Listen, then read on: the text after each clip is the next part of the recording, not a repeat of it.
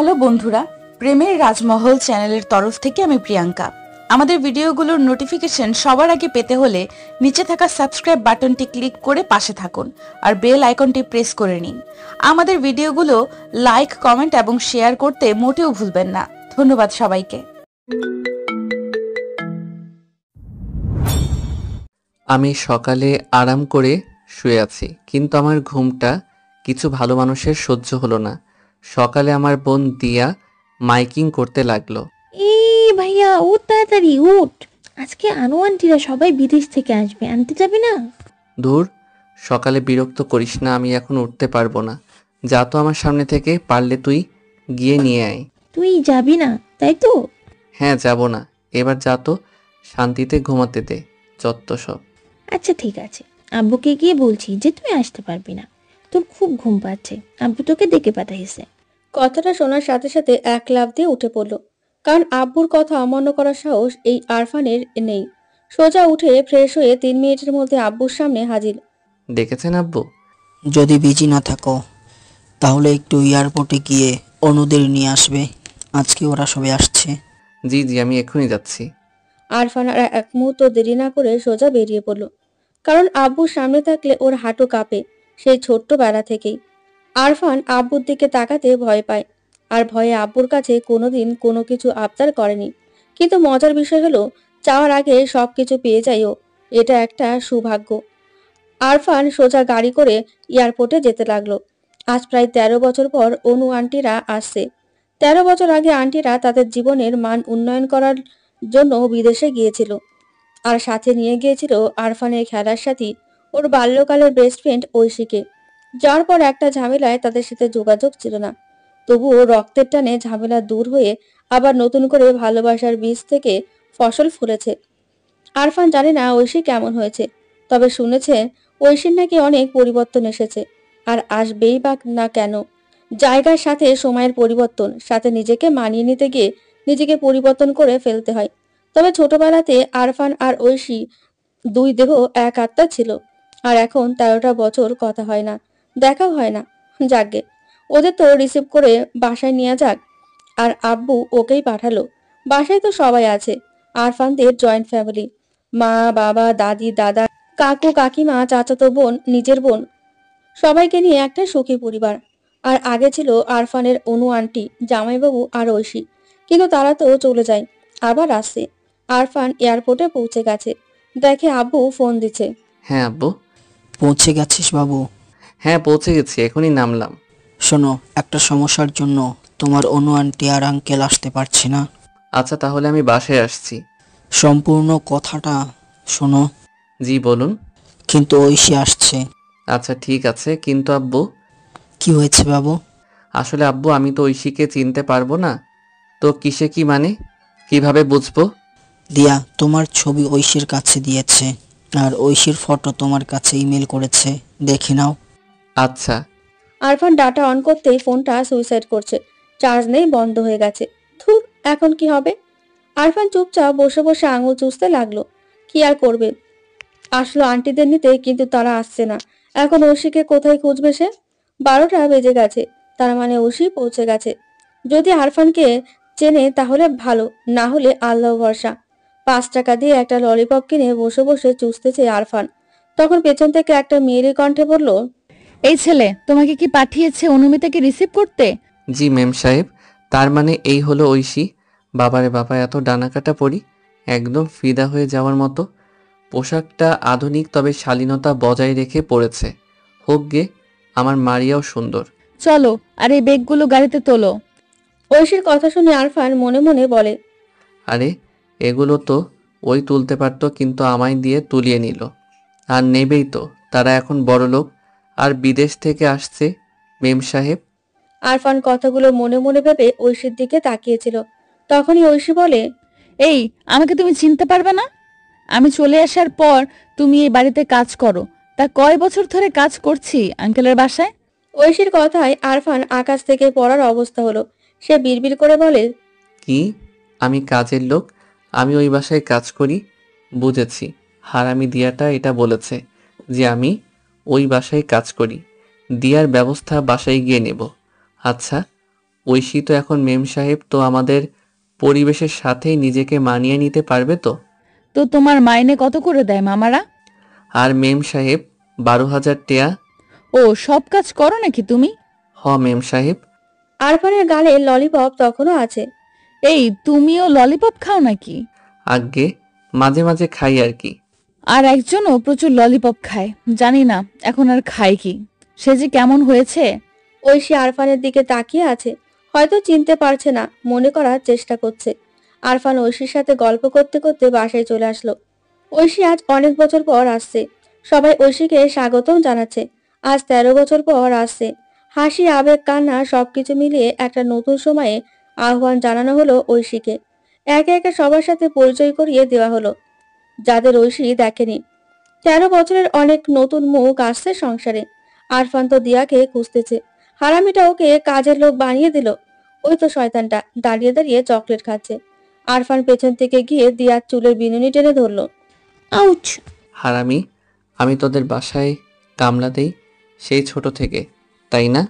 তুই তো কাজের লোক, সেই ছোটবেলায় তোকে মেলায় কুড়িয়ে পায়, তোকে আব্বু এনে মানুষ করে। ও মা, তাই নাকি? তা আব্বুর সাথে তুইও গিয়েছিলি নাকি?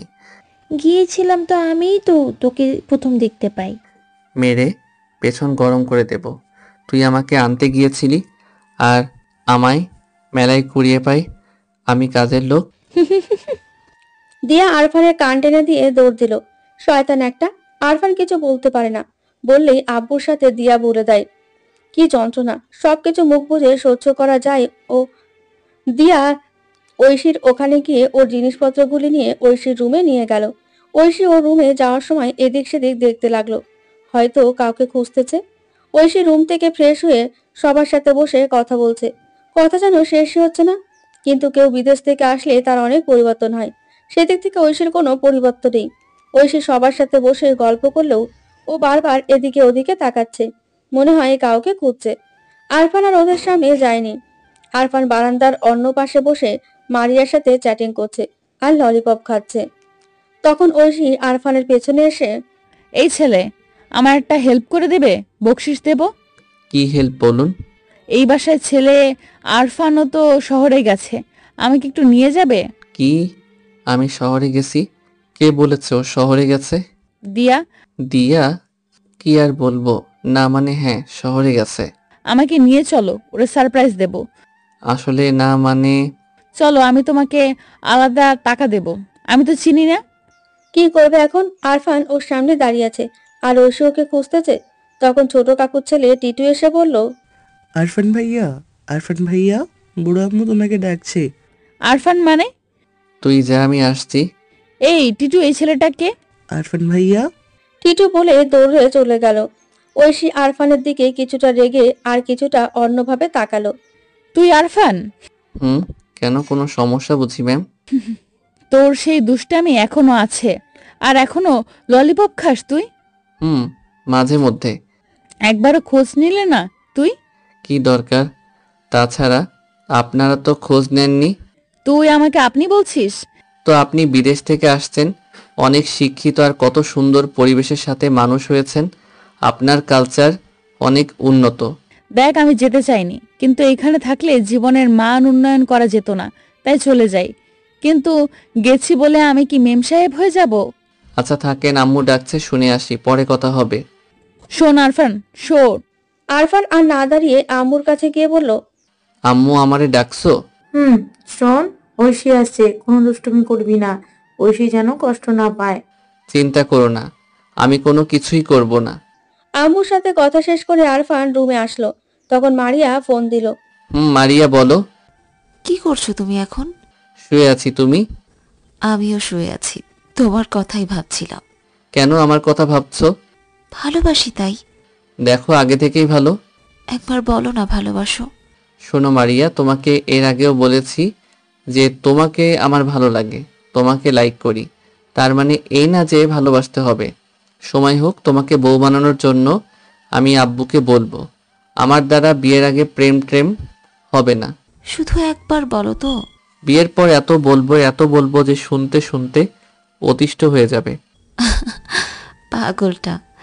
আচ্ছা, তাহলে বিয়ে করবে আমায়?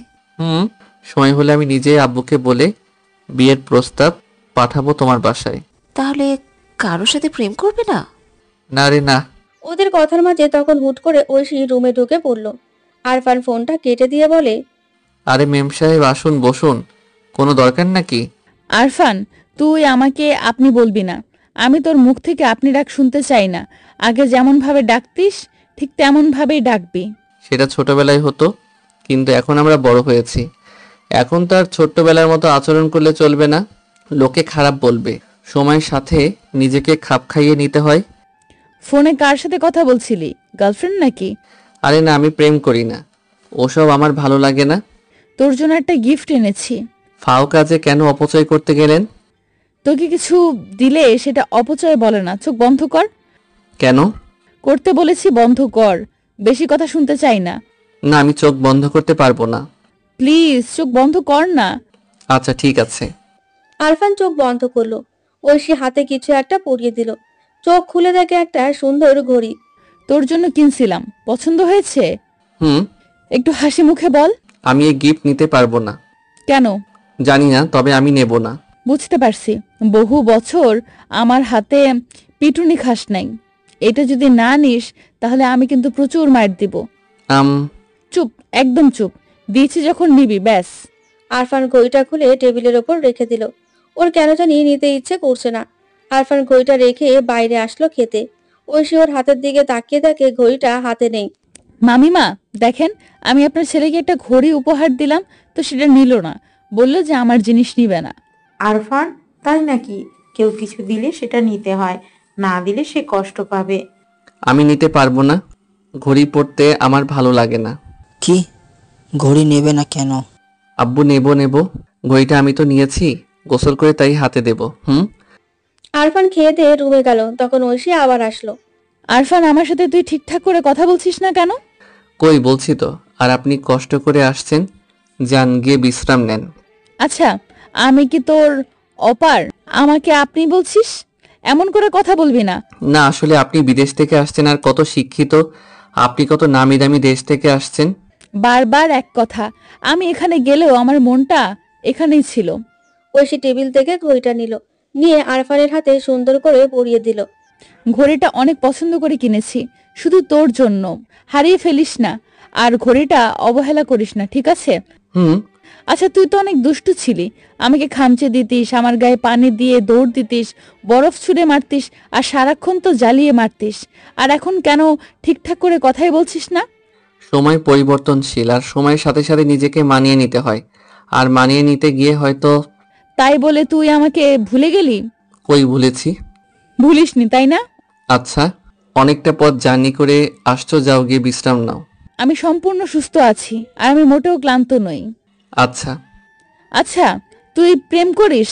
না, আমার ওসব ভালো লাগে না। কাউকে পছন্দ হয় নাকি? কেন? আরে না, এমনি। আচ্ছা আরফান, তোর কুনুয়ে সেই দাগটা আছে? একটু আছে। খুব লেগেছিল না? আমি কিন্তু বুঝতে পারিনি তোর হাতে এইভাবে কেটে যাবে, তাহলে ওভাবে ছুরিটা ছুঁড়ে দিতাম না। তো আপনার এসব কথা এখনো মনে আছে? সারা জীবন মনে থাকবে। ভালো। এই বিকালে আমাকে একটু গ্রামটা ঘুরতে নিয়ে যাবে? দিয়ার সাথে যাইয়েন, আমি দিয়াকে বলে দেব, ওই আপনাকে নিয়ে যাবে। আরফান, আমি তোর সাথে যাব, এতদিন পরে আসছি, প্লিজ নিয়ে চল। আসলে আমার বিকালে একটা ক্লাস আছে। ইগনোর করিস। আচ্ছা, সেই বিকেল আসুক। ঐশী চলে গেল। আরফান ঐশীর সাথে ভালোভাবে কথা বলছে না, কারণ ওর সাথে কথা বললে পুরাতন স্মৃতিগুলো ভেসে আসবে। আর যদি আবার দূরে চলে যায়, সহ্য করতে পারবে না আরফান। তাছাড়া ঐশীরা এখন অনেক ধনী, আর শুনেছিল ধনীদের কথার কামড় অনেক বিষাক্ত। আর আরফান চায় না কোনো ধনীর মায়ায় জড়িয়ে নিজেকে শেষ করতে। ওর চাই একটা সাধারণ মেয়ে, একদম সাদামাটা, তবে মায়াবী হবে। সে আরফান বাবা মাকে অনেক ভালোবাসবে। আরফান শুয়ে আছে, তখন আপু রুমে আসলো। ঐশীকে বিকেলে একটু গ্রামটা ঘুরিয়ে নিয়ে এসো, অনেক বছর পর আসতেছে তো সবকিছু অপরিচিত হয়ে গেছে। আচ্ছা, জানি না সবাই কেন আমার দুর্বল পয়েন্টে আঘাত করে।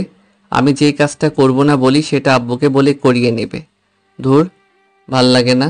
বিকালে আরফান রুমে বসে বসে ললিপপ চুষছে। তখন ঐশী ওর পেছনে এসে, এই চল, আমি রেডি। পেছনে ঘুরতে কিছু একটা খেলাম ঐশীকে দেখে। মেম সাহেব শাড়ি পরেছে, ও মারে, কত সুন্দর লাগছে। আমি মুগ্ধ হয়ে তাকিয়ে রইলাম, কিন্তু আমি বেশিক্ষণ তাকালাম না। তাড়াতাড়ি ঐশীর মায়াজাল থেকে বের হয়ে আসলাম। আমি চাই না কারোর মায়ায় পড়তে। কি রে, কি হলো, চল। জি চলুন। আমি পোশাকটা পরিবর্তন করে ঐশীকে নিয়ে বেরিয়ে পড়লাম। আরফান ঐশীকে গিয়ে গ্রামের পাশ দিয়ে হেঁটে যাচ্ছিল। ঐশী সবকিছু অবাক হয়ে দেখছে আর বারবার শুনছে কোনটা কি, এটার নাম কি, ওটার নাম কি। আরফান আর ঐশী হাঁটতে হাঁটতে ইছামতি নদীর পাড়ে এসে পড়ল। ওয়াও, সেই ইছামতি নদী। কত বছর পর দেখছি নদীকে, কত স্মৃতি জড়িয়ে আছে এই নদীতে। হুম। এই তোর মনে আছে, তুই একবার বাসায় না বলে নদীতে সাঁতার কাটতে আসছিলি, মামিরা কত পিঠাইছিল, আহা কত মায়ের। এসব কথা আপনার এখনো কি মনে আছে? তোর সাথে কাটানো কোনো কথাই ভোলা যায় না। তাই বুঝি? এই সেই গাছটা যেখান থেকে তুই একটা টিয়া পাখি নিয়ে গেছিলি, মামা তোকে বকা দিলে তুই আবার এখানে রেখে গিয়েছিলি, আমার সব মনে আছে। আজব তো, আরফান যেসব কথা মনে রাখেনি ওইসব কথাগুলো মনে করে রাখছে ঐশী। তা বাসায় চলুন। এই কেবল আসলাম, সন্ধ্যা নামুক তারপর যাব। বহু বছর নদীর ধারে বসে সূর্যাস্ত যাওয়া দেখি না, আর এত বছর পর আসলাম, সেই ইছামতির পাড়ে যেতে যে ইচ্ছে করছে না। আচ্ছা বসে থাকুন। এই আমি আসছি। তাই কি তুই বিরক্ত হচ্ছিস? আরে না না, কি বলছেন? আমি বুঝি আমি এসে তোকে অনেক বিরক্ত করছি। এইভাবে সাথে নিয়ে ঘুরে বেড়ানো অনেক বিরক্তিকর। আরে না, কি যে বলেন না, আমার তো বেশ লাগছে। সত্যি? হুম। তাহলে আইসক্রিম খাওয়া। না, আইসক্রিম খেলে আপনার সর্দি লাগবে। আমার আইসক্রিম খেলে সর্দি লাগে বুঝি? হ্যাঁ লাগেই তো। তুই তাহলে এইসব কথা মনে রাখছিস কেন? দেখুন, কথাগুলো মানুষের সাথে সাথে মনের অন্তরালে চাপা পড়ে যায়। যখন সেই মানুষটা আবার চোখের সামনে চলে আসে, তখন আবার কথাগুলো স্মৃতির পাতা থেকে ভেসে আসে। আমি আইসক্রিম খাবো, প্লিজ তুই আইসক্রিম কিনে দে না।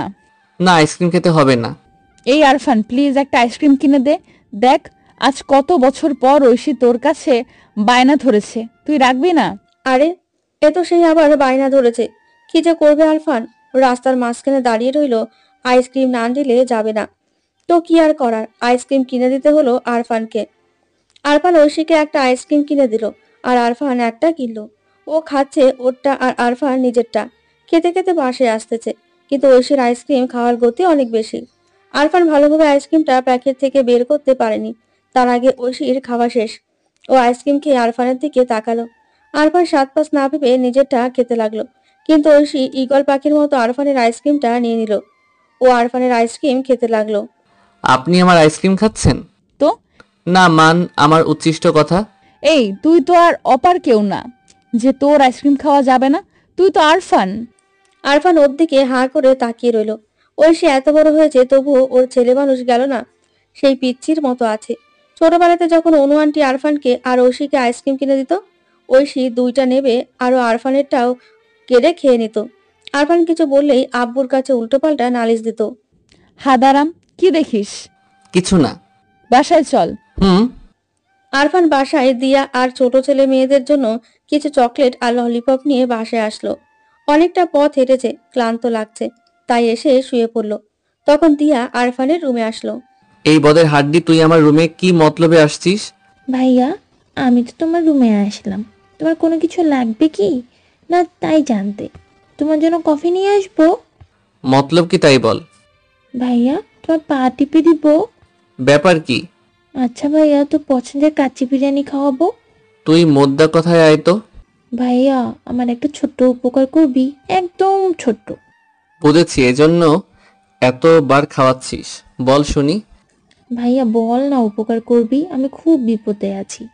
কাজটা কি সেটা তো আগে বল। জানিস ভাইয়া, আমি তো আব্বু আর আম্মুর কাছ থেকে আগাম থেকে ব্লেড কিনে নিয়েছিলাম, বলেছিলাম পরীক্ষায় 80+ নাম্বার পাবো, কিন্তু কিন্তু কি? 60+ নাম্বার এসেছে টেনে টুনে। প্লিজ ভাইয়া, আমার পরীক্ষা খাতায় সিগনেচারটা তুই করে দিবি? বাসা জানতে পারলে ফোনটা নিয়ে নেবে। হা হা হি হি হি হি হু হু। আমি এখনই গিয়ে বলে দেব তোর ট্যাবে আমাকে হাত দিতে দিস, আর আমার কোন কাজটা করে দিস তুই।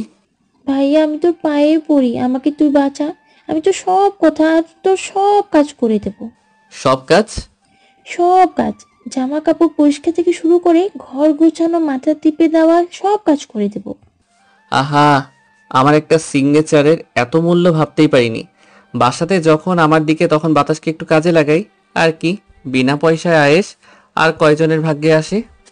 বল না ভাইয়া সিগনেচারটা করে দিবি। ভেবে দেখব। ভাবির কিছু নেই, তুই মুখ তুলে না চাইলে আমি মরেই যাব। আচ্ছা, আমার সব কথা শুনলে আমি সিগনেচার করে দেব, তবে ব্যাগর বাই করলে একদম সব ফাঁস করে দেব। তুই সব কথা শুনে চলবো। আমি কি আমার লক্ষ্মী ভাইটার কথা অমান্য করতে পারি? কলে পরে কলমা পড়ছো তুমি। আচ্ছা, খাতাটা দে। দিয়া খাতাটা দিল। আরফান সিগনেচার করে দিল। পাগলটা যাক, একে অনেকদিন ব্যবহার করা যাবে। আরফান ফোনটা নিয়ে গুতোগতি শুরু করে দিল। আচমকা ঐশী ও রুমে প্রবেশ করলো। এসে সেই ছোটবেলার মতো আরফানের খাটে ধুম করে লাফিয়ে পড়ল। কিরে উজবু, কি করিস? মুখ সামনে কথা বলেন, আর যা তা নামে আমাকে কেন ডাকছেন? উলে বাবালে বাবা, বোবার মুখে বুলি ফুটেছে। জান তো এখান থেকে। বাবা, এত রাগ! আমি আছি বলে কি মেয়েদের সাথে ফ্লার্টিং মারতে পারছিস না? তাই বলে চলে যেতে বলছিস? কি যা তা বলছেন?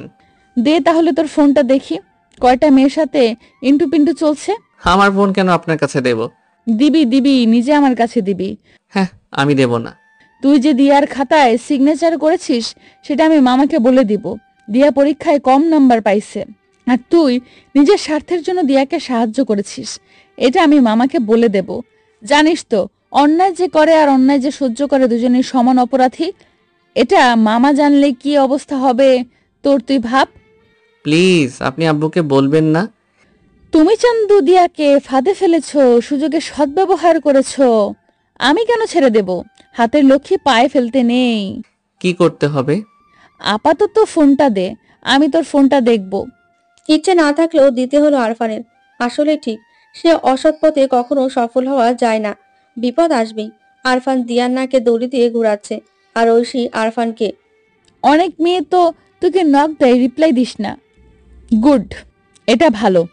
আরে মারিয়াটা কে? এত মেসেজ, এত ইমোজি দিয়েছে। আমার বন্ধু আমার সাথে পড়ে। শুধু বন্ধু নাকি অন্য কিছু? শুধু বন্ধু। ভালো। ফোনটা ঘেটে দেখলাম কোনো গার্লফ্রেন্ড নেই। থাকলে ট্রিক নেওয়া যেত, ওটাকে এমন করে নাকে দড়ি দিয়ে ঘুরানো যেত। এবার ফোনটা দেন। এমন ভালো হয়ে চলবি নাকি প্রেম টেম কিছু করবি? তোর দ্বারা এসব কিচ্ছু হবে না। ঐশী ফোনটা রেখে চলে গেল। আরফান ভাবলো দিয়াকে ব্যবহার করে শুধু শান্তি করবে, কিন্তু এই মেয়ে তো ওকেই ব্যবহার করছে। ভাগ্যিস মারিয়া দুষ্টু SMS গুলি ডিলিট করে দিত, তা না হলে আজকে কুরবানি দিয়ে দিত। এই মেয়ে তো আরফানের গলায় মাছের কাঁটার মতো বিঁধে গেছে। ওর কথা শুনে চলতে হবে। যদি আব্বুকে বলে দেয় তাহলে সর্বনাশ। রাতে খাওয়া দাওয়া শেষ করে শুয়ে পড়ল আরফান। কালকে আবার কলেজ যেতে হবে। আরফান সকালবেলা ফ্রেশ হয়ে খাওয়া দাওয়া শেষ করে গুছিয়ে বের হলো কলেজ যাওয়ার উদ্দেশ্যে। তখন পেছন থেকে ঐশী ওকে ডাকলো। কিরে, কলেজ যাচ্ছিস নাকি? আগে চল, আমিও যাব। না না, আপনার যেতে হবে না, জানতো। একবার বললাম যাব, ব্যাস। আর একদম কথা নয়, যদি না নিয়ে যাস তাহলে মামার কাছে যাই। আরে না না, চলুন। এই তো ভালো ছেলে, একটু দাঁড়া, আমি আসছি। হাল্লা দিয়াকে ব্ল্যাকমেইল করার জন্য নিজে ফেসে গেলাম। কিছুক্ষণ পর ঐশী বের হয়ে আসলো। আরফানের তো চোখ ফেরাতে না পারার মতো অবস্থা। আরফান তো ঐশীর দিকে তাকিয়ে টাস্কি খেলো। এই মেয়ে এত বহুরূপী, কালকে শাড়ি পরে একরকম আর আজকে পরেছে লেহেঙ্গা। বাবারে বাবা, আমার তো ইচ্ছা নেই ঐশীকে আমার কলেজে নিয়ে যাওয়ার, কিন্তু আমাকে ব্ল্যাকমেইল করেছে। কেন যে দিয়াকে সাহায্য করার নামে ব্ল্যাকমেইল করতে গেলাম। আজ যদি দিয়াকে ব্ল্যাকমেইল না করতাম তাইলে আমাকে এই বিপদে পড়তে হতো না। ওই চল। আরফান আর ঐশী কলেজে যেতে লাগলো। বাসা থেকে কলেজ সামান্য দূরে, সেজন্য হেঁটে কলেজে যায়। কলেজ যাওয়ার সময় সবাই ওর দিকে কেমন ভাবে দেখছিল, মনে হয় আরফান কুরবানির গরু। আরফান ঐশীকে নিয়ে কলেজ পৌঁছে গেল। একটু লজ্জা লজ্জা লাগছে। তখন মারিয়া আসলো। হে, কেমন আছো? আর এটা কি? আরফান বলার আগে ঐশী, আমি ঐশী, আরফানের বাসায় আসছি। আর তুমি কে, মারিয়া নাকি? আপনি কিভাবে জানলেন? এই তো কালকে দেখলাম আরফানের ফোনে। আচ্ছা, আমি আর আজকে ক্লাস করব না, মারিয়া বাসায় গেলাম, কালকে আসবো। আচ্ছা, বাই। আচ্ছা, চলুন বাসায় যাই। আরফান বাসায় চলে আসতে লাগলো। জানে না কলেজে থাকলে কি হাল করতো ওকে এই মেয়েটা।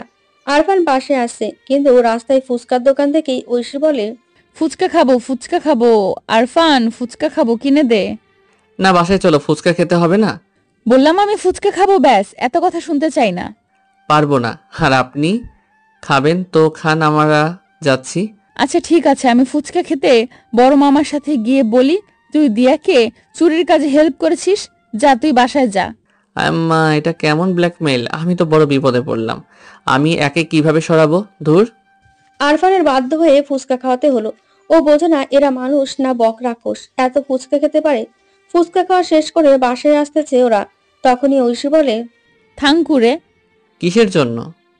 এই তো ফুচকা খাইয়ে দেওয়ার জন্য। আর আর কিছু না, বাসায় চল। আরফান ঐশীকে নিয়ে বাসায় আসলো। তখন ভালোভাবে দুপুর হয়নি। আরফান দিয়াকে ডাকলো। এই দিয়া দিয়া কি রে, শাড়ির মতো তাচাস কেন? কি খুব মুখ হয়েছে? আব্বুকে বলবো?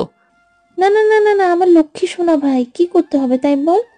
আমার সমস্ত জামা কাপড় ময়লা হয়েছে, সবকিছু সুন্দরভাবে পরিষ্কার করে রোদে শুকাতে দিবি। ভাইয়া এত জামা কাপড় আমি পারবো না। না পারলে থাক, আমি আব্বুর সাথে গিয়ে বলে দেই তোর জন্য আমি ফেঁসে গেছি। কি হয়েছে তাই? তোর জন্যই। ওই না না না না দিয়া কিছু বলা যাবে না, কারণ ও আবার ঐশীর সাথে হাত মেলাতে পারে। তাছাড়া বললে আমার দুর্বলতা ভাববে। কিছু না, তুই যা, ভালো করে পরিষ্কার করবি।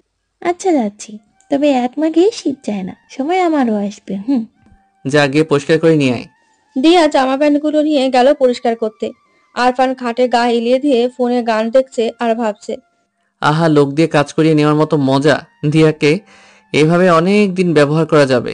এ কি, দিয়া সব জামা কাপড়গুলো ফেরত নিয়ে আসলো, সাথে ঐশীও। এই দিয়া, তুই পরিষ্কার করবি, তা এখানে আবার ফেরত নিয়ে আসলি কে? দিয়া কিছু বলবে আগে ঐশী বলল, আমি আনতে বলেছি, দিয়া নিচে রেখে তুমি যাও। এই যা, গিয়ে পরিষ্কার করে নিয়ে আয়। এই দিয়া, আমি তোমাকে বললাম না এইগুলো এখানে রেখে তুমি যাও, আমি দেখছি। দিয়া জামা কাপড়গুলো রেখে চলে গেল। আর ঐশী বলে, এইসব জামা কাপড় তুই পরিষ্কার করবি, নিজের কাজ নিজে করতে পারিস না? কেন লোক দিয়ে করাচ্ছিস? আর দিয়া এত জামা কাপড়ও কিভাবে পরিষ্কার করবে? সেটা ওই জানে, আর এগুলো ওর কাজ। তুই পরিষ্কার করবি, ব্যাস, আর একটাও কথা নয়। পারবো না। বড় মামা, যাচ্ছি, আমারগুলো আমি পরিষ্কার করব। যা, একদম ভদ্র ছেলের মতো পুকুর পাড়ে বসে বসে কাপড় জামা পরিষ্কার কর গিয়ে। আরফান ঐশীর কথা শুনে মনে মনে গজগজ করে বলল, ওরে আল্লাহ, তুমি আমারে তুইলা লাও।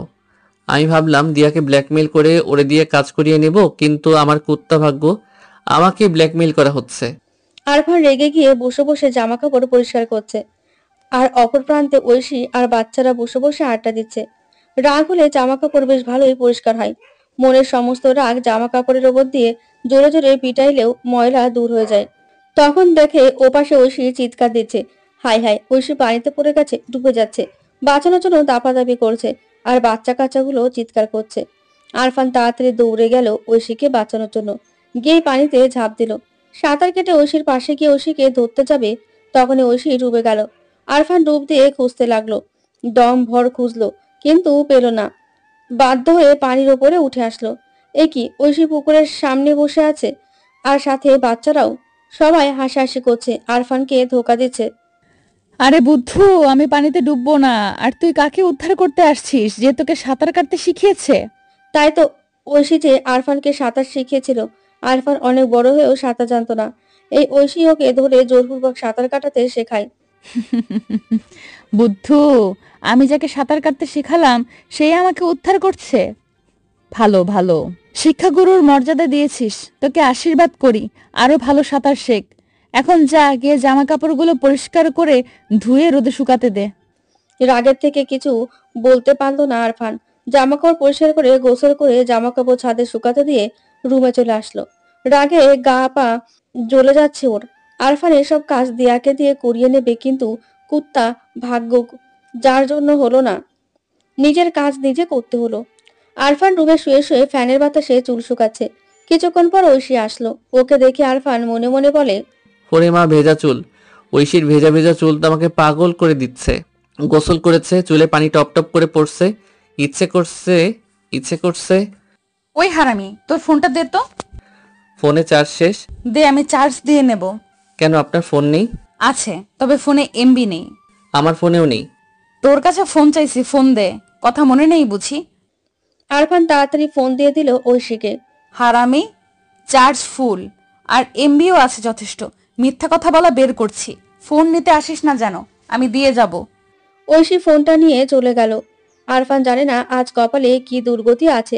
আরফান বসে বসে ললিপপ খেতে লাগলো। ও জামা কাপড় পরিষ্কার করে ক্লান্ত হয়ে ঘুমিয়ে পড়ল। ঘুম ভাঙতে থাকে বিকেল হয়ে গেছে। আরফান গা এলিয়ে দিয়ে শুয়ে আছে। তখন ঐশী আবার রুমে আসলো। এই না তোর ফোন, বেশ ভালো ফোনটা। আরফান নিয়ে দেখে চার্জ প্রায় শেষ, আর এমবি ও ফাঁকা। সব শেষ করে দিলেন? দেখ, আমি আম্মুর সাথে কথা বলছিলাম। আচ্ছা যান। আরফান ডাটা অন করতেই পুরো টাস্কি খাইলো। ওর চ্যাট লিস্টে যতগুলো মেয়ে ছিল তাদের সবার সাথে চ্যাটিং করেছে ঐশী। 5টা SMS আসলো, সবগুলো লাভ ইউ টু বেবি লেখা। আরফান একে একে দেখতে লাগলো। ঐশী প্রেমের ইনবক্সে লাভ ইউ সো মাচ লিখেছে প্রায় 20 জনকে। তাদের মধ্যে 4 থেকে 5 জন ব্লক করে দিয়েছে, আর 5 থেকে 6 জন অ্যাকসেপ্ট করেছে। আরফান তাড়াতাড়ি ডাটা অফ করে দিল। আরফান তো ভেবে পাচ্ছে না কি করবে আর এদের কিভাবে বোঝাবে। ঐশী মারিয়ার সাথে কি চ্যাটিং করেছে দেখার জন্য আবার ডাটা অন করে ইনবক্সে গেল। সর্বনাশ, এটা কি ওর ইনবক্স? ঐশী মারিয়ার সাথে তো একেবারে বাচ্চার নাম ঠিক করে ফেলেছে। আরফান তাড়াতাড়ি ফেসবুকে গিয়ে পোস্ট করলো ওর আইডি হ্যাক হয়েছে। এছাড়া বাঁচার আর কোনো উপায় নেই। ঐশীকে মনে মনে প্রচুর খিস্তি দিল। প্রকাশ করলে আবার ব্ল্যাকমেল শুরু করে দেবে। আরফান কি করবে কিছুই ভেবে পাচ্ছে না। তখনই ঐশী ওর দরজায় হেলান দিয়ে, কি রে চান্দু, মেয়েরা কি বলছে? আপনি এসব কেন করলেন? বারে, আমি একটু প্রেমও করতে পারবো না? শুধু তো আই লাভ ইউই কইছি। তো আপনার ফোন থেকে বলুন, আমার ফোনটা কেন নিলেন? আরে রে রে রে, এইটা তোর ফোন ছিল? আমি ভাবলাম আমার ফোন। আচ্ছা, আমি কি আপনাকে বিরক্ত করছি? তো আপনি কেন আমাকে বিরক্ত করছেন? আসছেন, থাকেন, খান, দান, ঘুরে বেড়ান, বিরক্ত করছেন কেন? কেন লাগছেন আমার পিছু? মুখে মুখে কথা। ঐশী সোজা এসে আরফানের বুকের উপর বসে ওর গলা চেপে ধরেছে। তুই আমাকে বকা দিচ্ছিস? তুই ঐশীকে বকা দিস? বড্ড সাহস বেড়ে গেছে। আজ তোর সাহস কমিয়ে দেব। আরফান ঐশীকে ছাড়িয়ে দিতে লাগলো, কিন্তু কাঁঠালের আঠার মতো ওর গলা চেপে ধরলো। আরফান অনেক কষ্ট করে ছাড়িয়ে দিল। সোজা ছাদে চলে আসলো। কি ভয়ঙ্কর মেয়ে রে বাবা, পুরাই গুন্ডা। আরফান জামা কাপড়গুলো নিয়ে সিঁড়িতে নিচে নেমে রুমে যাচ্ছে। রুমে ঢুকতে যাবে তখনই কারোর সাথে ধাক্কা খেয়ে নিচে পড়ে গেল। ওই, তুই কি মেসেঞ্জারের মতো আমাকে লাইন মারছিস? এইভাবে ধাক্কা দিলি কেন? আপনি আমার রুমে কি করছিলেন আর দরজার সামনে দাঁড়িয়ে আছেন কেন? ওই তোল আমাকে। পারবো না, পারলে উঠেন। আরফান জামা কাপড়গুলো খাটের উপর ফেলে দিয়ে রাগে গজগজ করতে করতে বাইরের দিকে আসলো। ও সন্ধ্যায় বাসায় আসলো। আরফানের রুমে ঢুকে দেখে ও রুম আর জামা কাপড়গুলো খুব সুন্দর করে গুছিয়ে রাখছে। তা দেখে আরফান দিয়াকে ডাক দিল। ধন্যবাদ দিয়া, কেন? এভাবে সুন্দর করে গুছিয়ে দেওয়ার জন্য। আমি গুছাইনি, ঐশী আপু গুছিয়ে দিয়েছে। ঐশী গুছিয়ে দিয়েছে? বাহ, ঐশীর হাতের কাজগুলো তো বেশ সুন্দর। আরফান রাতে খেয়ে দিয়ে রুমে চলে আসলো। ডাটা অন করতেই মারিয়ার SMS আসলো। এই যে পাখি, কি করছো? আর তুমি আমাকে এত ভালোবাসো, তা বললে না কেন? এই মারিয়া, তুমি কি যাতা বলছো? আর কে ভালোবাসে তোমায়? আবার আগের মতো পাগলামি করছো? দুপুরের মতো আবার একটু বলো না। ওটা আমি ছিলাম না, ওটা ঐশী দুষ্টমি করে সবাইকে বলেছিল, আমি বলি নাই। তাই বুঝি? হুম। আচ্ছা, আমার সাথে প্রেম করলে কি কোনো সমস্যা, নাকি আমাকে ভালো লাগে না? মারিয়া, দেখতে ভালো হলেই কিন্তু প্রেম হয় না, প্রেম ভালোবাসা করা লাগে না। কখন কোথা হতে কিভাবে হয়ে যায় সেটা কেউ বলতে পারে না। আমার হয়তো হয়েছে। ওটা একতরফা, আর একতরফা প্রেম অনেক কষ্টকর, যা মানুষকে কষ্ট দেয়। আর আমি চাই না কষ্ট দিতে। যদি তুমি আমার ভাগ্যে থাকো তাহলে অবশ্যই পাবো। আরফান কথাগুলো বলে ডাটা অফ করে ঘুমিয়ে পড়লো। সকালবেলা আব্বুর ডাকে ঘুম ভেঙে যায়। সকালে আব্বুর ডাকে রীতিমতো ভয় পেল আরফান। আর আব্বুর সামনে তো ও পুরাই ভেজা বিড়াল। আরফান রাতে ঘুমানোর কারণে লম্বা চুল এলোমেলো হয়ে আছে। আর তারপর আব্বু লম্বা চুল পছন্দ করে না। তাড়াতাড়ি ফ্রেশ হয়ে বাইরে এসো। আরফান জানে না কি বলবে ওর আব্বু। আরফান আব্বুর সামনে থেকে সরে গেল সোজা বাথরুমে। আরফান বাইরে এসে দেখে আব্বু বসে আছে, আর আব্বুর পাশে ঐশী। আজকে আরফান হয়তো গেল। আরফান তো আব্বুর সামনে গিয়ে ভয়ে কাঁপতেছে। জানে না ঐশী আব্বুকে কিছু বলেছে কিনা। এই মেয়েকে তো বিশ্বাস নেই। আজকে তোমার অনু আন্টি আসতেছে, তুমি আর ঐশী যাও, গিয়ে রিসিভ করে নিয়ে আসো। ঐশী আর আমিও ওই। আর কোনো কথা নয়, যাও গিয়ে নিয়ে আসো। আরফান মাথা নেড়ে সম্মতিসূচকভাবে উত্তর দিল। আচ্ছা তাড়াতাড়ি চলো রে। আরফান গিয়ে গাড়িতে বসলো। গাড়ি চলছে তার আপন গতিতে। আরফান ঐশীর দিকে তাকালো। সে আপন মনে ফোন টিপে চলেছে। বাইরে কত সুন্দর পরিবেশ, কিন্তু ওর যেন ঐশীর দিকে তাকাতে বেশি ভালো লাগছে। আরফান ঐশীর দিকে তাকিয়ে রইলো। ওই বাদর, তা কয়টা মেয়ের উত্তর দিল রে? আপনি সবসময় ফাইজলামি করেন কেন? আচ্ছা তুই কি আপনি বলা বন্ধ করবি না? তোর মুখ থেকে আপনি শব্দটা শুনতে ভালো লাগে না, কেমন একটা পরপর মনে হয়। আগে তুই করে বলতিস কেমন একটা মায়া ছিল, আর এখন পর মনে হয়। মায়া বড়ই অদ্ভুত একটা অনুভূতি, যা ধরা যায় না, ছোঁয়া যায় না, তবু কেন জানি সবাই মায়া পড়ে। এত সুন্দর কথা শিখলি কেমনে? হুম। আচ্ছা তোর রাগ হয় না আমার উপর? কেন? এই যে এত বিরক্ত করি। হয়তো। আমি সব সময় তোকে বিরক্ত করব। মরে গিয়ে ভূত হয়ে তোর জানালার পাশে গাছের ডালে বসে তোরে ভয় দেখাবো। রাতে রাস্তা দিয়ে গেলে গলা ধরে উঁচু করে রাখবো। আরফান ঐশীর দিকে তাকালো আর মনে মনে ভাবে, আচ্ছা ঐশী এটা বলেছে ও আমাকে সারা জীবন বিরক্ত করবে, তার মানে ও আমাকে কি ভালোবাসে? ঐশী হয়তো আমাকে ভালোবাসে, তা না হলে এত বিরক্ত করে সবসময় পেছনে লাগে। আর রাগ করে বকা দিলেও রাগ করে না, কিন্তু কিছু বলে না তো। আরফানের ভাবনার মাঝে ঐশী বলে ওঠে, ওই ঝিঙ্গা কি দেখিস? ঝিঙ্গাকে? কেন তুই? আমার আর কত নাম দেবেন? আমার যতগুলো মনে আসবে ততগুলো, যখন যা ইচ্ছা হবে তাই বলে ডাকবো। এয়ারপোর্টে পৌঁছে গেছি, চলুন। হ্যাঁ চল। ওরা গাড়ি থেকে নেমে অপেক্ষা করতে লাগলো অনু আন্টি আর জামাইবাবুর জন্য। 12টার দিকে তারা আসলো। ঐশী অনু আন্টিকে দেখে দৌড়ে তার কাছে গেল, আর আরফান পেছন পেছন। কেমন আছেন আন্টি? ভালো আছি। তুমি আফনান না? হ্যাঁ, ওই সেই বলদটা। ওভাবে বলছিস কেন? কত বড় হয়ে গেছো, তোমাকে কত ছোট দেখেছিলাম। আচ্ছা চলুন তাড়াতাড়ি বাসায় যাই। আরফানটা গাড়িতে বসে বাসায় আসতেছে। আসার পথে আন্টি টুকটাক কিছু কথা জিজ্ঞেস করছিল। এভাবে গল্প করতে করতে বাসায় চলে আসলো। বাসায় আসার পর আন্টি আর জামাইবাবুকে দেখে সবাই অনেক খুশি হলো। অনেক ক্লান্ত হয়ে পড়েছে আরফান, গোসল করে শুয়ে আছে। কিছুক্ষণ বাদে ঐশী আসলো। আচ্ছা, এই মেয়েকে দেখতে এত ভালো লাগছে কেন আরফানের? ঐশী এখন গোসল করেছে। ভেজা চুল থেকে পানি পড়ছে টিপ টিপ করে। আরফানের ইচ্ছে করছে ঐশীর চুলগুলো এলোমেলো করে দিয়ে আবার নিজে শুকিয়ে আশ্রে দিতে, কিন্তু ইচ্ছে করলে যে করতে হবে এমন কোনো কথা নেই। ওই শুটকো পটল, শুয়ে আছিস কেন? ঐশীর এই অদ্ভুত অদ্ভুত নামে ডাক শুনতে বেশ ভালোই লাগছে। আরফান ভেবেছিল ঐশী বিদেশ থেকে আসলে হয়তো খারাপ আচরণ করবে, অহংকার থাকবে মনে, কিন্তু এই তো সেই আগের মতোই আছে, ঠিক সেই আগের ঐশী। কই হারিয়ে গেলি? কোনো দরকার নাকি? চল খেতে চল। আপনি যান, আমি আসতেছি। তাড়াতাড়ি আয়, আম্মুর ডাকে সবাই একসাথে খাবো। তোর জন্য সবাই বসে আছে। আচ্ছা। ঐশী চলে গেল। আরফান মুগ্ধ পানে তাকিয়ে রইল। দেখতে লাগলো ঐশীর লম্বা ভেজা চুল, চুলের থেকে পড়া পানি আরফানকে যেন পাগল করে দিচ্ছে। আরফান খেয়ে চলে গেল। ওর আব্বু আছে তাই আরফান মাথা নিচু করে খেতে লাগলো। সবাই যখন আছে, এবার তাহলে আরফানের বিয়েটা দিয়ে দিতে পারলে কেমন হয়? দাদির কথা শুনে আরফানের কাশি উঠে গেল। হাঁচি যেন বন্ধই হচ্ছে না। তা দেখে ঐশী বলে, এই পানি খা।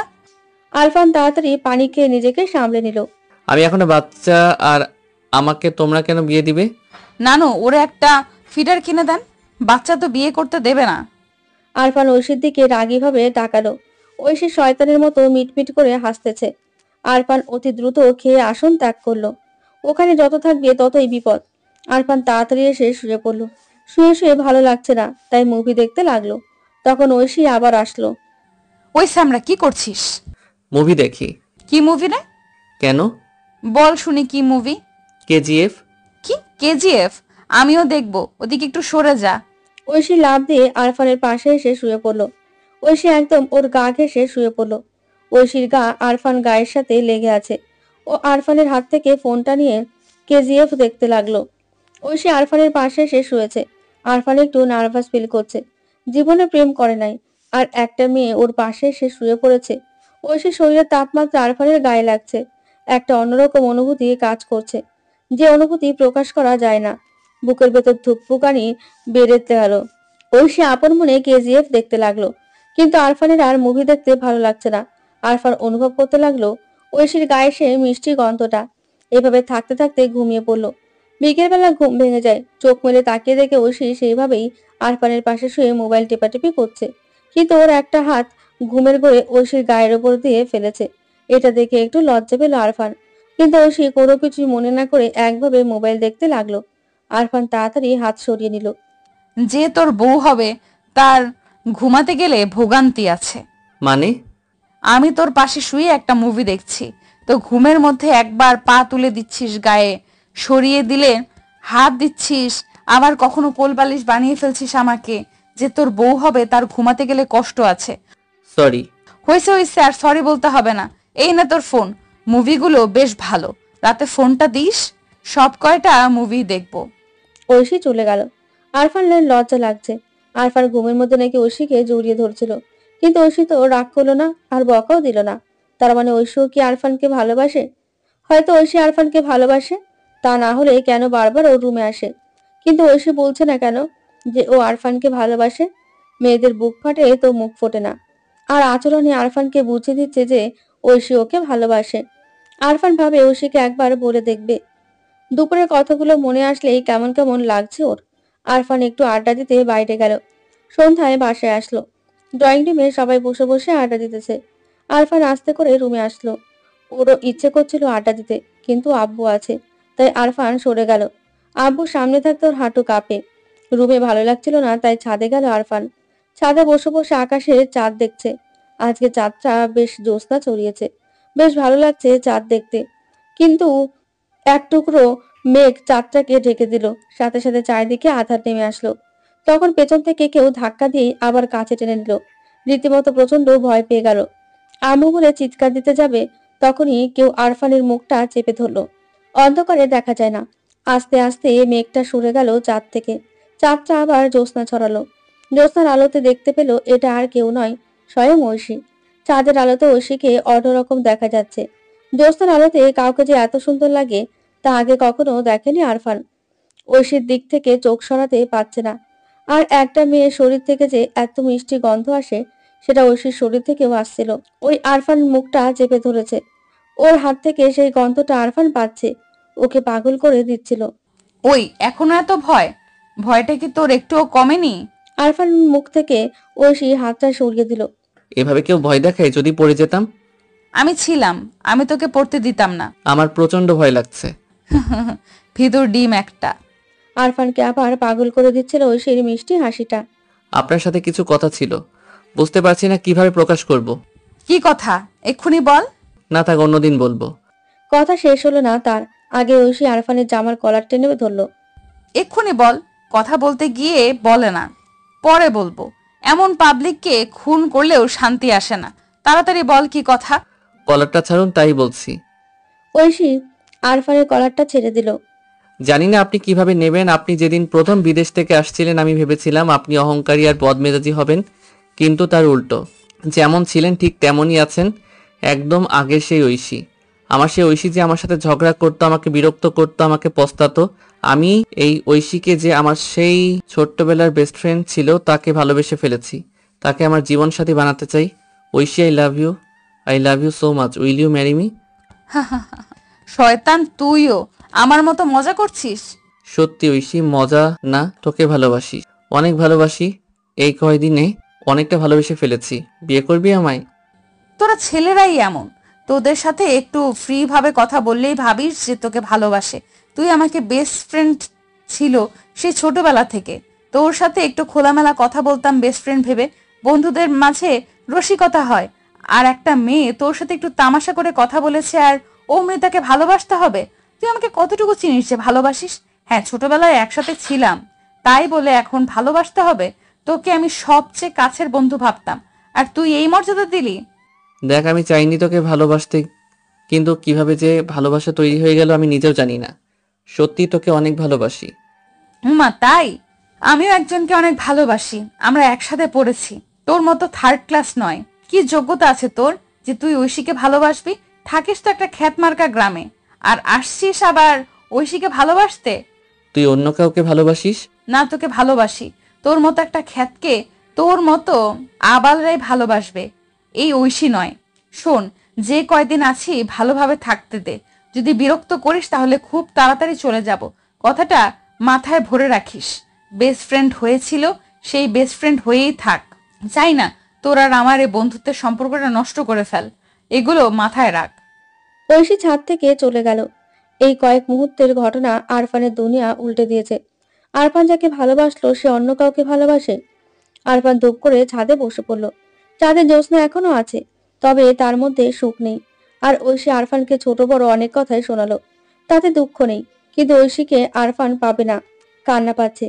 জীবনে প্রথম কাউকে ভালোবাসলো, আর সেই ছেড়ে চলে গেল। ও চাঁদ, আমি যে তোমার মতো একা ছাদেই শুয়ে পড়লাম। কিছুক্ষণ আগে মনের সুখে চাঁদ দেখছিলাম, আর এখন শুয়ে পড়ে চোখে পানি নিয়ে চাঁদ দেখছি। সেই একই চাঁদ, একেই বলে নিয়তি। তবে দোষটা আমার, যে কেউ একটু ফ্রি ভাবে কথা বললে তাকে ভালোবাসতে হবে। আরফান কান্না করতে করতে ঘুমিয়ে পড়লো ছাদে।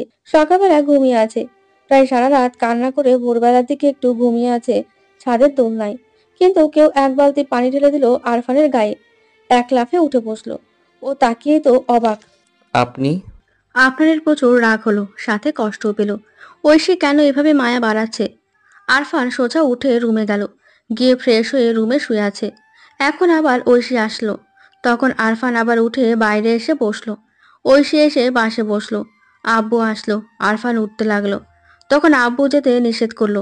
আরফান মাথা নিচু করে বসে রইল, জানে না ঐশী মেয়েটা কেন এভাবে মায়া বাড়াচ্ছে। আব্বু, আমার কিছু পড়তে হবে। আচ্ছা তাহলে গিয়ে পড়। আরফান তাড়াতাড়ি উঠে চলে আসলো। বেশ কিছুক্ষণ পর ঐশী আসলো। আরফান উঠে যেতে লাগলো, তখন ঐশী আটকিয়ে, রাগ করেছিস আমার উপর? না। মিথ্যে বলিস, তা কথা বলিস না কেন? মায়া বাড়াতে চাই না, মায়া কাটাতে চাই। আর আপাতত এইভাবে বিরক্ত না করলে খুশি হতাম। ও, বিরক্ত হচ্ছিস? কিছুটা। আমি ভুলে থাকতে চাই। তাই বুঝি। হুম। আমি তোর কথায় রাজি হয়ে তোকে ভালোবাসলে এতক্ষণ আমার সাথে কত সুন্দর সুন্দর করে কথা বলতিস, কত সুন্দরভাবে কাছে ডেকে নিতিস, কিন্তু আমি রাজি হইনি, তাই দূরে সরিয়ে দিচ্ছিস। ভালো। আমি আপনার এসব ফালতু কথা শুনতে চাই না। থার্ড ক্লাবের ছেলেরা ফালতু কথা শোনে না। আমার বলা কথা দিয়ে আমাকে খোটা দিচ্ছিস? আরে এটা তো সত্যি, এতে খোটা দেওয়ার কি আছে? সেটাই। এটা তো যুগ যুগ ধরে বয়ে চলে আসছে। এখন আমি যদি তোকে বলি আমি তোর ভালোবাসা গ্রহণ করেছি, তখন তুই আরো কথা শোনাবি, আর তুই তো রাজি হবিই না। আচ্ছা, এসবই ছাড়া আপনার কি আর কোনো দরকার আছে? থাকলে বলুন, আমার কাজ আছে। তোর আবার কি কাজ? একটা থার্ড ক্লাস ছেলের অনেক কাজ থাকতে পারে, হোক সেটা ভালো বা খারাপ। বাবা, আরফান কথা শিখে গেছে। আরফান চলে যেতে লাগলো, তখন ঐশী ওর হাতটা টেনে ধরলো। কিছু কথা আছে, শোন, তারপর আমি চলে যাচ্ছি। কি কথা? আমি তোকে একটা বন্ধু ভেবেছি, অনেক অনেক ভালো একটা বন্ধু, বলতে গেলে সবচেয়ে কাছের একটা বন্ধু। আর তুই আমাকে ভালোবেসেছিস, কিন্তু আমি রাজি হইনি, তাই তুই বন্ধুত্বের সম্পর্কটা নষ্ট করে দিচ্ছিস। আসলে না থাক, আর বলা লাগবে না। আমি কিছু বলি।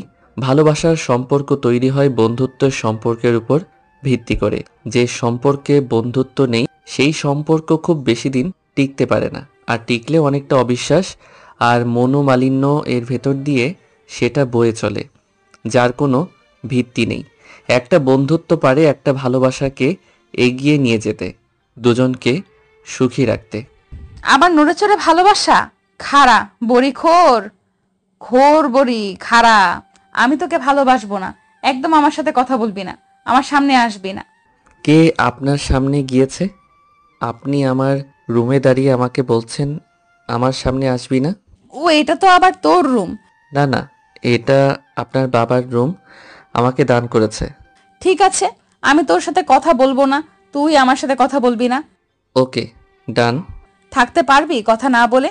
তুই না আমাকে ভালোবাসিস, এই তোর ভালোবাসা? যা, কোনোদিন বলবি না আমার সাথে কথা। আমার রুমে কখনো আসবি না, আর চলে যা। ঐশী রাগ করে চলে গেল। ওর চলে যাওয়া দেখে আরফান একা একাই বলতে লাগলো, আমার দায় পড়েছে ওর সাথে কথা বলতে। আমার রাগ আছে। জন্মের পর 12-13 মাস কারোর সাথে কথা বলি নাই। আমি রুমে আবার শুয়ে পড়লাম, আর একটু বাদে কলেজ যাব। আমি যেমন ভালোবাসছি ঠিক তেমনই কথা না বলে থাকবো। আমার ইগো যে কতটা খারাপ হয়তো ঐশী জানে না। আরফান কিছুক্ষণ পর কলেজ চলে গেল। কলেজ থেকে বাসায় আসলো, এসে খেতে লাগলো। তখন ঐশী আসলো খেতে। ওর পেট ভরে গেছে তাই মিথ্যা রাগ দেখিয়ে আরফান প্লেটে রাগ করে হাত ধুয়ে চলে আসলো। কিন্তু আজব ব্যাপার হলো ঐশী ওর দিকে তাকালো পর্যন্ত না। না তাকাক গে, আরফানের তাতে কি। আরফান রুমে শুয়ে শুয়ে ফেসবুকে গুতোগুতি করছে। বেশ কিছুক্ষণ পর দেখে ঐশী দৌড়ে আসলো, কিন্তু দরজার মুখ পর্যন্ত এসে আবার দৌড়ে চলে গেল। হয়তো ভুলে গেছে যে ওদের ঝগড়া আছে। আরফান বিকালে ছাদে গেল, গিয়ে দেখে ঐশী ছাদে, তাও ছাদ থেকে নেমে আসলো। রাতে খেতে গিয়ে হলো ঝামেলা। আরফানকে খেতে ডাকলেন আব্বু, গিয়ে দেখে কোনো চেয়ার খালি নেই। ঐশীর পাশেই একটা চেয়ার খালি। আব্বু বসতে বলল। আব্বু বলেছে অমান্য করার সাধ্য আরফানের নেই, তাই মাথা নিচু করে বসে পড়ল। আরফান ঐশীর দিকে তাকালো, কিন্তু আরফান যে ওর পাশে বসেছে ওর কোনো রিয়াকশন নেই। একভাবে খেতে লাগলো। কিরে, তোরা যে আর ঝগড়া করছিস না, ভালো হয়ে গেলি নাকি? হ্যাঁ, সাপে নেউলে আবার বন্ধুত্ব। হয়তো বড়সড় কোনো মারপিট করবে, তার জন্য প্রস্তুতি নিচ্ছে। আরফান কোনো কথা না বলে খেয়ে চলে আসলো। রুমে শুয়ে আছে, একটু একটু কষ্ট হচ্ছে। ঐশী কত দুষ্টুমি করতো, কিন্তু এখন কথা বলে না, খারাপ লাগে। তবুও কিছু করার নেই, কপালে যা আছে। এভাবে এক সপ্তাহ পার হয়ে গেছে, আর আরফান ঐশীর সাথে আর ঐশী আরফানের সাথে কথা বলছে না। খারাপ লাগলেও সহ্য করেছে। আরফানের ইগোটা বেশি। ও যদি গিয়ে বলে, এই ঐশী রাগ করিস না, এটা বললে সব ঠিক হয়ে যাবে। কিন্তু আরফানের ইগো বলে, ও তো বলতে পারে, সে যখন বলেছে না তো তুই কেন বলিস। এভাবেই দূরত্ব বেড়ে চলেছে। বাস্তবে এই কারণে কিছু কিছু সম্পর্ক নষ্ট হয়। এক সপ্তাহ পর একদিন সন্ধ্যার বাসায় আসতেছে আরফান বন্ধুদের সাথে আড্ডা দিয়ে। তখন রাস্তার কোনায় ঘুরতে গিয়ে একটা মোটরসাইকেল চলে আসে। নিজেকে রক্ষা করার জন্য লাফ দিয়ে সাইডে সরে যেতে গিয়ে রাস্তায় থাকা খুঁটির সাথে ধাক্কা খেয়ে মাটিতে পড়ে যায় আরফান। কপালে বেশ খানিকটা কেটে গেছে, হাত দিয়ে দেখে রক্ত আসছে। আরফান এক হাত দিয়ে কপালটা চেপে ধরে কষ্ট করে বাসায় চলে আসলো। বাসায় আসার পর ওর এই অবস্থা দেখে সবাই দৌড়াদৌড়ি শুরু করে দিল। ওদের বাসার পাশের বাসার ডাক্তার কাকুর বাসা। আরফানের আবু ডাক্তার কাকুকে ডেকে মাথায় ব্যান্ডেজ করিয়ে দিল। সবার সাথে বলল কিভাবে এটা হয়েছে। সবাই আরফানের পাশে বসে আছে, গায়ে মাথায় হাত বুলিয়ে দিচ্ছে। দাদি তো কান্না করছে। আরফানের আম্মু বকা দিল। যেতে নিষেধ করি তবুও শুনবে না, কে যে আমার কথা শুনবে। কিন্তু আজব তার ভাবনার বিষয় হলো ঐশী আরফানের পাশে আসেনি। ও অন্য পাশে একটা চেয়ারে বসে বসে আপন মনে ফোন টেপে। এত স্বার্থপর মেয়ে যে একটু তাকালো পর্যন্ত না আরফানের দিকে। ওর মাথায় যে এতখানি কেটে গেল, এসে দেখলেও না। এতটা পাষাণ মাথায় লাগছে তো তাই মাথা ব্যথা করছে। আরফান বলল মাথা ব্যথা করছে, তাই সবাই তাড়াতাড়ি রুমে শুয়ে দিল। আরফান খুব তাড়াতাড়ি ঘুমিয়ে পড়ল। আরফানের মধ্যে রাতে কারো কথার শব্দে ঘুম ভেঙে যায়। কণ্ঠটা ঐশীর। অনুভব করলো ঐশী ওর মাথার পট্টির ওপর আলতো করে হাত বুলিয়ে দিচ্ছে। খাটের নিচে বসে মাথায় হাত বুলিয়ে দিতে লাগলো। মুখটা আরফান মাথার কাছে নিয়ে মাথায় হাত বুলিয়ে দিচ্ছে। আরফান অনেক বড় হয়ে গেছে। আগে সামান্য ব্যথা পেলে কত কান্না করত, আর বারবার বলতো, এই ঐশী দেখ কতটা ব্যথা পেয়েছি। ঠোঁট ফুলিয়ে কত আবদার করত, আর কত বিরক্ত করত। এখন আর কথা বলে না। এতে আবারও ও নাকি আমাকে ভালোবাসে। আরে যদি ভালোবাসিস তাহলে এক সপ্তাহ কথা না বলে তুই কিভাবে আছিস আরফান? তোর কি কষ্ট হয় না? কেন বলিস না এই ঐশী কথা বল আমার সাথে, তাহলে আমার সব রাগ চলে যায়। তোর সাথে কথা না বলতে পেরে খুব কষ্ট হচ্ছে রে, তুই বুঝিস না? ও তুই তো এখন আবার বড় হয়ে গেছিস। আচ্ছা আমিও দেখবো তোর রাগ কতটা। আমিও আর আগের কথা বলবো না, তাতে যদি মরে যাই। মাথায় খুব লেগেছে না রে, আমার খুব কষ্ট হয়েছে রে। ইগোর কারণে তোর সেবা করতে পারিনি। দেখবি তুই তাড়াতাড়ি সুস্থ হয়ে যাবি। আরফান, তোকে আমার সবচেয়ে প্রিয় বন্ধু ভাবতাম, আর তুই যাগ্গে সব আমার কপাল। ঐশী আরফানের কপালে হাত বুলিয়ে দিচ্ছিল আর কথাগুলো বলছিল। ঐশীর চোখের পানি মুছে চলে গেল। ঐশীকে ডাক দিতে মন চাচ্ছিল, কিন্তু মুখ দিয়ে যেন কথা বের হলো না। আরফান এবার বুঝলো ঐশী ওকে ভালোবাসে, সেটা ঐশী নিজেও জানে না।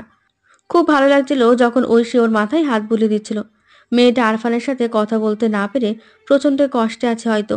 আর আরফানও কেমন পিশাচ, যাকে ভালোবাসে তার সাথে কথা বলছে না, তার রাগ ভাঙাচ্ছে না।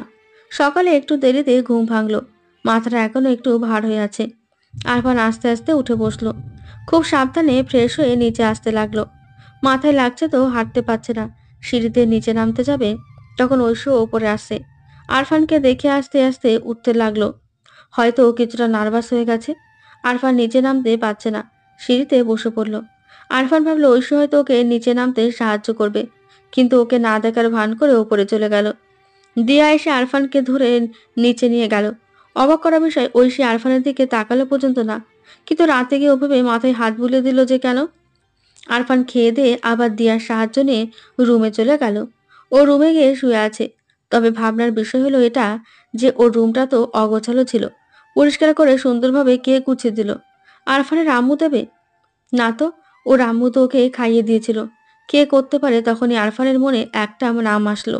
ঐশী। ঐশী শুধু উপরে ছিল। আরফান শুয়ে আছে, ঘুমায়নি, তবে চোখ বন্ধ করে আছে। খেয়াল করলো কেউ যেন ওর দরজার পাশে দাঁড়িয়ে আছে। দরজার পর্দা দেওয়া, সেই পর্দার আড়ালে লুকিয়ে লুকিয়ে ওকে দেখছে। আরফান আন্দাজে নিশ্চিত হলো এটা আর কেউই না, ঐশী। একবার কি ডাক দেবে, কি ভেবে আর ডাক দিল না। আরফান শুয়ে আছে, তখন দাদি ওর রুমে আসলো। কি হয়েছে দাদি? কেমন লাগছে এখন দাদু ভাই? বেশ, আগের থেকে অনেক সুস্থ লাগছে। তোমার সাথে আমার কিছু কথা আছে দাদু। দাদি বলো। তা তো আর ঐশীর মধ্যে কি কোনো ঝগড়া হয়েছে? কই? না তো, কিছু একটা তো হয়েছে। তা না হলে ঐশী আর তোর সাথে কথা বলছে না, আর তুই তো ঐশীর সাথে কথা বলছিস না। না না না, তেমন কিছু হয়নি। আমার কাছে লুকাস না, সত্যি করে বল। সত্যি বলছি, তেমন কিছু হয়নি। আচ্ছা, তুই কি ঐশীকে ভালোবাসিস? সত্যি করে বলবি, আমার দিকে তাকিয়ে বল। দাদি ছাড়ো তো সব কথা। আমার সাথে বল দাদু ভাই, আমি তোর লাইন ক্লিয়ার করে দিতে পারি। কি ক্লিয়ার করে দেবে দাদু? তোদের বিয়ে দিয়ে দেব।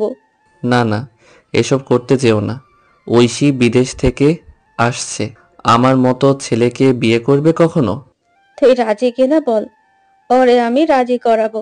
না দাদি, আমি ওর যোগ্য না। ঐশীকে তোর পছন্দ হয় কিনা বল। না, হয় না। আমি ঐশীকে পছন্দ করি না আর ভালোবাসি না। দাদি হাসতে হাসতে চলে গেল। আরফান কি এমন বলল? ওর তো ইচ্ছে করে ঐশীর আপন জন হতে, কিন্তু ইচ্ছা করলে কি আপনজন হওয়া যায়? এভাবে শুয়ে শুয়ে বোর হচ্ছে আরফান। বেশ কিছুক্ষণ পর দুপুরে দিয়া ওকে নিচে নিয়ে গেল খাওয়ার জন্য। আরফান চেয়ারে বসে আছে। ডান পাশে আব্বু এসে বসলো, আর অন্য পাশে ঐশী। কারোর দিকে তাকাতে পারছে না আরফান। প্লেটের দিকে তাকিয়েই খেতে লাগলো। খুব দ্রুত খেয়ে উঠে যেতে লাগলো। তখন ওর আব্বু বলে উঠলো, আরফান বসো, কিছু কথা আছে। আরফান মাথা নিচু করে সম্মতি দিয়ে বসে পড়ল। সবার খাওয়া শেষ। আমরা একটা বড় সিদ্ধান্ত নিয়েছি, আর আশা করি সবাই সেই সিদ্ধান্তটা পছন্দ করবে। কি সিদ্ধান্ত? অনু, তুই বল। না ভাইয়া, তুমি বলো।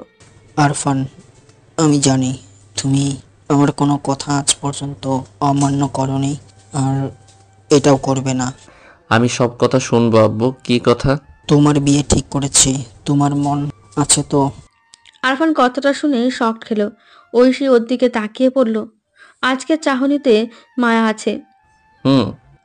আরফান মেয়েদের মতো মাথা নেড়ে সম্মতি দিল। মেয়েকে না জেনেই মত করে দিয়েছো? আব্বু যা দেবে তাই আমি মাথা পেতে নেব। আমার মেয়ে দেখার দরকার নেই। মেয়েকে বলো তো। কে? তুমি নিজেই দেখে নাও, তোমার পাশে বসে আছে। আরফান সাথে সাথে ঐশীর দিকে তাকিয়ে পড়ল। ঐশী রেগে গেল। একটু আগে যে চোখে মায়া ছিল, এখন সেই চোখে রাগ। আব্বু, আসলে এর বিয়েটা খুব তাড়াতাড়ি হবে এবং অনেক ধুমধাম করে দেওয়া হবে। যাক, তাহলে বাইরের ছেলেদের আর আনতে হলো না। আমাদেরও আর অন্য কাউকে বৌমা বানাতে হলো না। আমাদেরই মেয়েই আমার বৌমা। তোরা দুজন আলাদাভাবে কথা বলে নিজেদের মধ্যে মিলঝিল করে নে, আর একটু প্রেম টেম। কি যা তা বলছো দাদি? ঐশী, আরফানকে ধরে উপরে নিয়ে যাও, ওর মাথায় ধাক্কা লাগে না যেন। না, আমি একাই যেতে পারবো। ঐশী, ওরে ধরে নিয়ে যাও, এখনো ভালো করে হাঁটতে পারছে না। সবার জোরাজুরিতে ঐশী আরফানের হাত ধরে উপরে নিয়ে গেল। সিঁড়িতে ঐশী ওর হাতটা ধরে সুন্দরভাবে ধরে নিয়ে গেল। কত সুন্দরভাবে ধরেছে। আরফান ওপরে একটা চেয়ারে বসে পড়ল। এভাবে প্রায় 30 মিনিট বসে রইল, কিন্তু কেউ কারোর সাথে কথা বলল না। ঐশী অন্যদিকে একটা বেঞ্চ নিয়ে বসে রইল। দুজনকে কথা বলার জন্য পাঠিয়েছে, কিন্তু কেউ কারোর মুগ্ধ দেখছে না। আরফান ভাবলো ও ছেলে, ও আগে কেন কথা বলবে? আরফান আস্তে আস্তে রুমে গিয়ে শুয়ে পড়ল। খানিকক্ষণ পর দিয়া আসলো। দিয়া আরফানের রুমে এসে অবাক। ভাইয়া সবাই তোদের কথা বলার জন্য নিচ থেকে উপরে পাঠালো, আর তুই এখানে শুয়ে আছিস? ওর সাথে আমার কথা বলার ইচ্ছা নেই। ঐশী তোর বউ হবে, আর বউয়ের সাথে কথা বলে ইচ্ছে নাই? আজব তো। তুই যা তো, ঘুমাতে দে। দাঁড়া যাচ্ছি।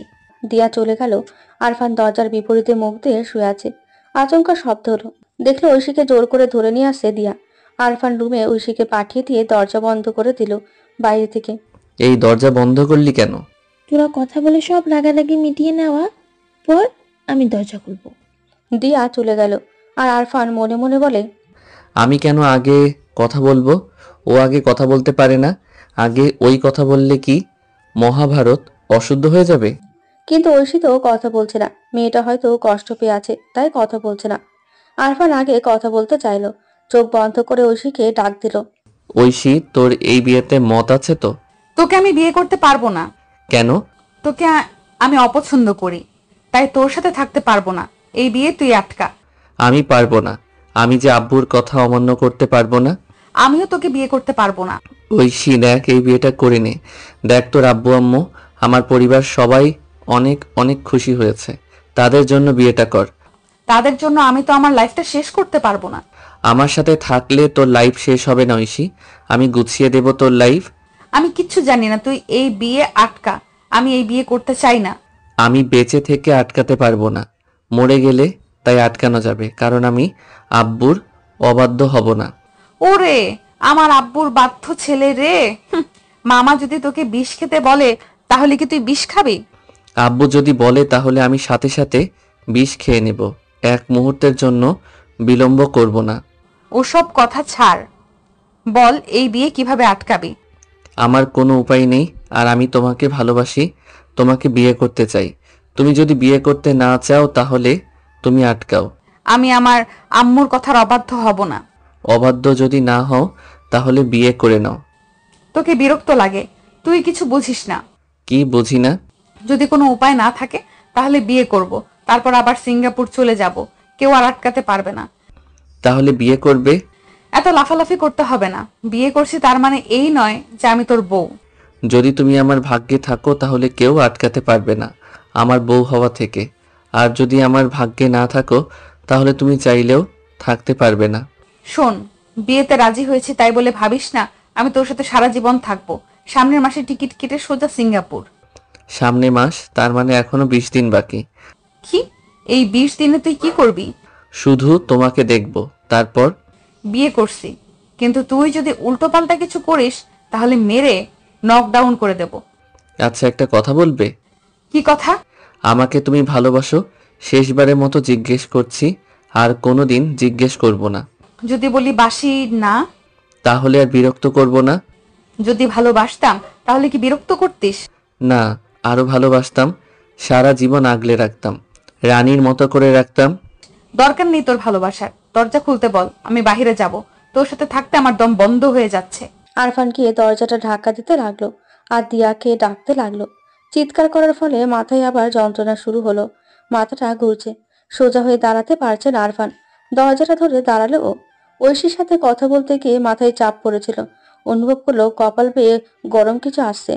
হাত দিয়ে তাকে রক্ত আসছে। আরফান হাত দিয়ে রক্ত মুছে ফেলার চেষ্টা করলো, কিন্তু সারা মুখে লেগে গেল। আরফান আস্তে করে দরজার পাশে বসে পড়লো।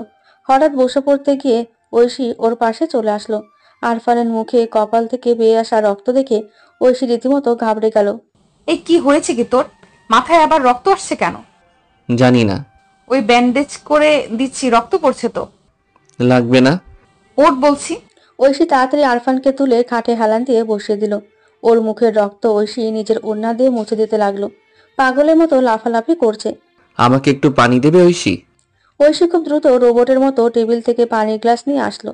আরফান হাত লম্বা করলো পানি নেবে, কিন্তু ঐশী ওর হাতে না দিয়ে নিচেই খাইয়ে দিতে লাগলো। খাওয়া শেষে আরফানকে শুইয়ে দিল। আলমারি থেকে নতুন ব্যান্ডেজ আর পট্টি নিয়ে ওর মাথায় ব্যান্ডেজ খুলে আবার নতুন ভাবে ব্যান্ডেজ করে দিতে লাগলো। ব্যান্ডেজ শেষ করে, এখন কেমন লাগছে রে? তুমি আমাকে ভালোবাসো না, তাই না? বাসি না তো। তাহলে এগুলো করলে কেন? আমি তো এখানে পড়ে মরে যেতাম, আর নিজের সুন্দর ওড়না দিয়ে আমার রক্ত মুছে দিলে কেন? কেন দেওয়া যাবে না? যারা অনেক ভালোবাসে তারা এগুলো করে, এত যত্ন করে। তুমি তো আমাকে ভালোবাসো না, তা কেন করলে এসব? আমার সামনে কেউ বিপদে পড়লে তাকে আমি সাহায্য করি, তার মানে এই নয় যে আমি তাকে ভালোবাসি। ও ভালো, মানে এটা তোমার উদারতা? হুম। তাহলে কালকে অত রাতে আমার রুমে এসে আমার মাথায় হাত বুলিয়ে দিতেছিলে কেন? এটাও কি তোমার উদারতা? কখন? কেন তুমি জানো না? তোর মাথায় হাত বুলিয়ে দিতেছিলে তার মানে এটা না যে আমি তোকে ভালোবাসি। তুই আমার বেস্ট ফ্রেন্ড, তাই আমি দিয়েছি। ও খুব ভালো বন্ধু। আচ্ছা, দিয়াকে ডাক দেবে? ঐশী দরজার কড়া নাড়তে লাগলো। কিছুক্ষণ পর দরজা খুলে দেওয়া হলো। ঐশী দেরি না করে সোজা রুমের থেকে চলে গেল। ভাইয়া তোর মাথায় আবার কি হলো? কিছু না, আবার রক্ত আসছিল, তখন ঐশী ব্যান্ডেজ করে দিয়েছে। তার মানে তোরা বিয়ে করতে রাজি আছিস? কুরবানি যখন দিবি বলে ঠিক করেছিস তাই হবে।